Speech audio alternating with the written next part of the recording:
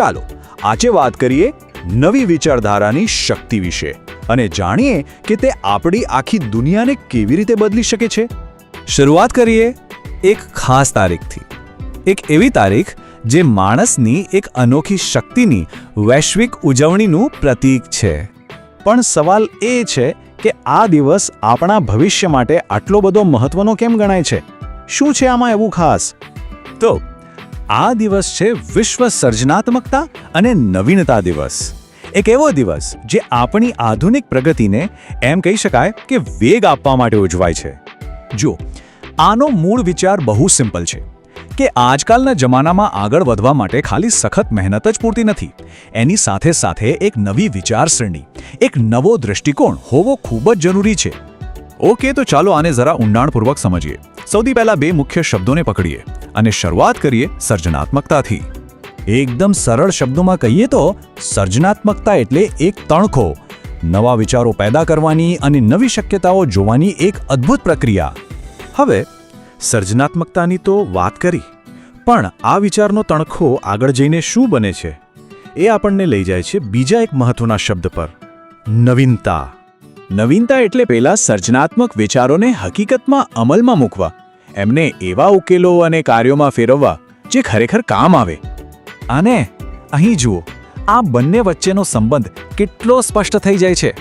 સર્જનાત્મકતા એટલે કંઈક નવું વિચારવું અને નવીનતા એટલે એ વિચારેલી વસ્તુને હકીકતમાં કરી બતાવવી।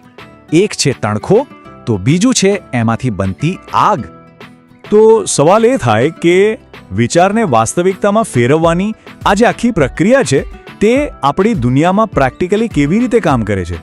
આજે આપણે પર્યાવરણ, આરોગ્ય, શિક્ષણ જેવા કેટલાય મોટા વૈશ્વિક પડકારોનો સામનો કરી રહ્યા છીએ અને સ્પષ્ટ છે કે આ પડકારોને જૂની પદ્ધતિઓથી તો ઉકેલી જ ન શકાય। ખાસ કરીને વિદ્યાર્થીઓમાં આ નવી વિચારસરણી વિકસાવવા માટે શાળાઓ અને કોલેજોમાં અમુક ખાસ પગલાં લઈ શકાય છે, જેમ કે કલ્પના શક્તિને પ્રોત્સાહન આપવું, અલગ અલગ પ્રવૃત્તિઓ દ્વારા કુશળતા વિકસાવવી અને નવા વિચારોને લોકો સામે રજૂ કરવાની તક આપવી। સૌથી અગત્યની વાત તો એ છે, ખબર છે, આ શક્તિ, આ સર્જનાત્મકતા આપણા બધામાં ક્યાંક ને ક્યાંક છુપાયેલી હોય છે। બસ જરૂર છે એને ઓળખીને બહાર લાવવાની, એને વિકસાવવાની। અને યાદ રાખજો, આ બધું ફક્ત મોટી મોટી વૈજ્ઞાનિક શોધો પૂરતું સીમિત નથી, આ તો દરેક રીતે એક વધુ સારું વિશ્વ બનાવવા વિશે છે। નવીનતા કંઈ ફક્ત વિજ્ઞાન કે ટેકનોલોજીનો જ વિષય નથી, એ તો જીવનના દરેક ક્ષેત્રમાં, પછી ભલે કળા હોય, બિઝનેસ હોય, શિક્ષણ હોય કે સામાજિક વિકાસ હોય, દરેક જગ્યાએ ખૂબ જ જરૂરી છે। આ એક વાક્ય આજના દિવસનો આખો સાર કહી દે છે કે આપણી પ્રગતિનો સંપૂર્ણ આધાર એ વાત પર છે કે આપણે કેટલું અલગ અને કેટલું નવું વિચારી શકીએ છીએ। તો આજની વાતનો નિચોડ એ જ છે કે આપણે સૌએ આ શક્તિને અપનાવવી જોઈએ। એક બહેતર ભવિષ્ય બનાવવા માટે આ એક આમંત્રણ છે, કારણ કે અંતે આપણે જેવી દુનિયાની કલ્પના કરી શકીએ છીએ, બસ એવી જ દુનિયા બનાવી શકીએ છીએ।